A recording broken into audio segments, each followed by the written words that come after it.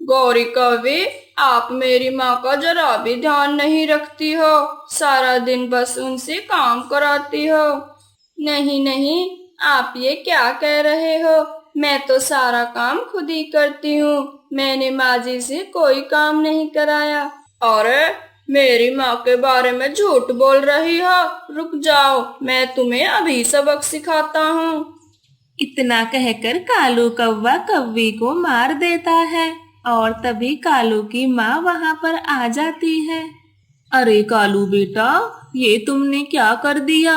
माँ, मुझसे इसकी रोज रोज की बकबक नहीं सुनी जाती थी, इसलिए मैंने आज इसको मार ही डाला। चलो कम से कम इससे पीछा तो छूटा। पर कालू बेटा, अब हम पड़ोसियों से क्या कहेंगे? इसकी मृत्यु कैसे हुई? माँ, आप बस चुप रहना, मैं सब संभाल लूंगा। मैं एक काम करता हूँ, इसको बाहर कहीं दबा देता हूँ। फिर कालू कौवा अपनी पत्नी को एक गड्ढा खोदकर उसमें दबा देता है और अपने घर आ जाता है। तभी वहां पर गोरी कौवे की सहेलियां आ जाती हैं। कालू भैया, गोरी बहन कहाँ है? उसे जल्दी बुला दीजिए। आज वैसे ही हमें भोजन लाने के लिए देर हो गई है। टोनी, तुझे नहीं पता? तू तो उसकी पक्की सहेली थी। नहीं कालू भैया, मुझे तो कुछ भी नहीं पता। आखिर क्या हुआ है गौरी बहन को? अरे टोनी, उसने मुझे छोड़कर एक अमीर पक्षी से शादी कर ली है और वह इस जंगल से बहुत दूर रहती है। अच्छा कालू भैया, अब मैं चलती हूँ। वैसे मैंने कभी सोचा नहीं था कि गौरी बहन आपके साथ ऐसा करेगी। फिर टूनी चिड़िया वहां से चली जाती है और कालू की माँ वहां पर आती है। जा कालू बेटा, जंगल से कुछ भोजन ले आ। घर में भोजन का एक भी दाना नहीं है और मैं कुछ दिनों के लिए तेरी मौसी के घर जा रही हूँ। तू अपना ध्यान रखना। कालू अपनी माँ की बात सुनकर भोजन लेने जंगल चला जाता है। और मुझे जल्दी ही किसी अच्छी और अमीर कौवन से शादी करनी होगी, वरना रोज रोज जंगल में भोजन लेने कौन जाएगा? मुझसे यह सब नहीं होगा। ऐसा सोचते सोचते कालू कौवा काफी दूर आ जाता है, पर उसे भोजन का एक भी दाना नहीं मिलता।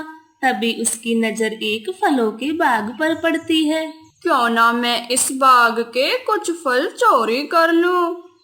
कालू कौवा बाग में आ जाता है और वह देखता है कि एक कौवन बाग में आराम कर रही है।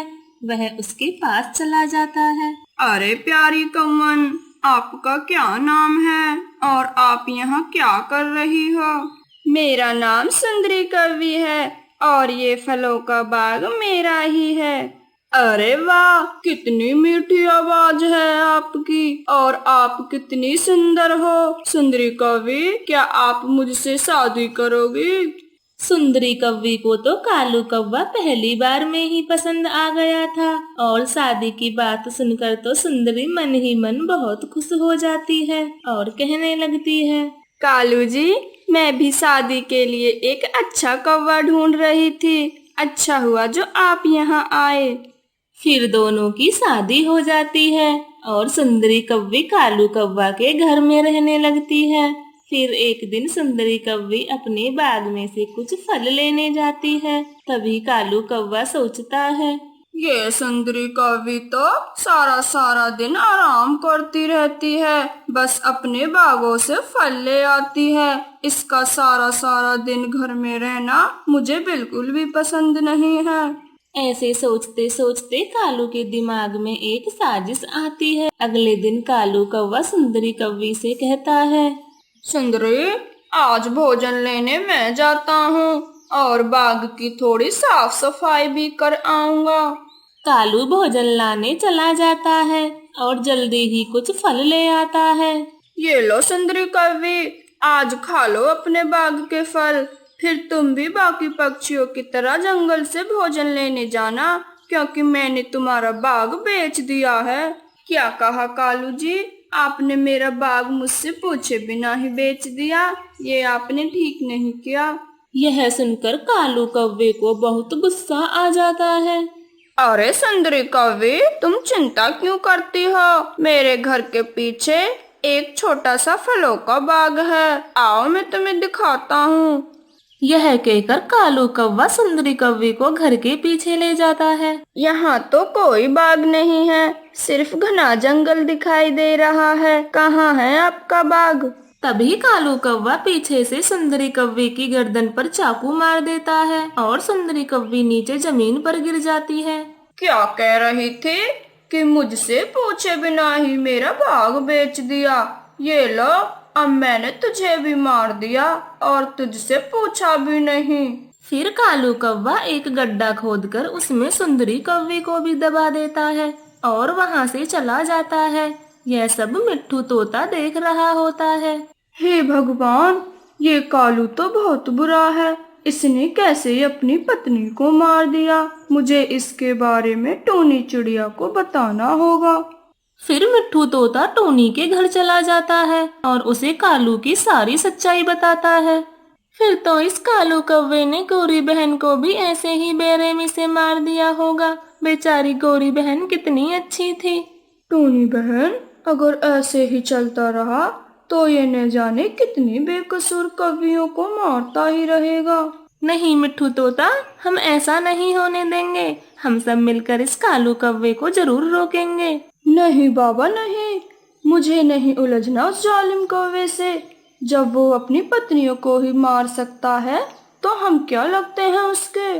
ऐसा कहकर तोता वहां से चला जाता है और टूनी चिड़िया सोचने लगती है। तोते जी ने एकदम सही कहा, उस बदमाश कौवे से कौन पंगा लेगा?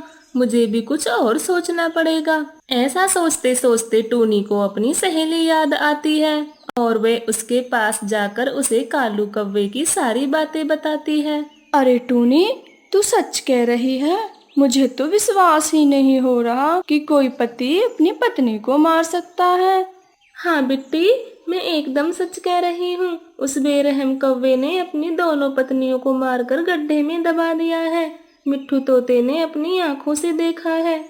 तो टूनी, आप सब मिलकर उस कौवे को जान से मार दो, जिससे कि वो किसी और कौवे को ना मार सके। उस कौवे से सभी पक्षी बहुत डर गए हैं। कोई भी उसका सामना नहीं करना चाहता। इसलिए मैं चाहती हूँ कि आप हमारे जंगल में आएं और उस कौवे को जान से मार दें। ठीक है टूनी, मैं तुम्हारे जंगल चलती हूँ और उस बदमाश कौवे को मारने में मुझे बहुत मजा आएगा। फिर बिट्टी चील कालू के पड़ोस में आकर रहने लगती है और एक दिन कौवे से कहती है, आपका नाम कालू कौवा है ना? मैंने आपके बारे में बहुत सुना है। अगर आप बुरा न मानो तो मैं आपसे एक बात कहूँ। अरे नहीं नहीं, मैं आपकी बातों का बुरा क्यों मानूंगा? आपकी बातें तो बहुत अच्छी लग रही हैं मुझे। वो मुझे आप बहुत पसंद आए। मैं आपसे शादी करना चाहती हूँ, फिर हम दोनों एक साथ रहेंगे। आप एक चील होकर मुझसे शादी क्यों करना चाहती हो? अरे कालू जी, आप तो बस नाम के कौवे हो। आपकी ताकत तो सभी पक्षियों से ज्यादा है, इसलिए मैं आपसे शादी करना चाहती हूँ। चील की बातें सुनकर तो कौवा एकदम खुश हो जाता है और चील से शादी कर लेता है। फिर वे दोनों एक ही घर में रहने लगते हैं। अरे ओ कालू कौवे, जा मेरे लिए भोजन लेके आ। मुझे जोरों से भूख लगी है। अगर थोड़ी देर में मेरे लिए भोजन नहीं आया तो मैं तुझे ही खा जाऊंगी।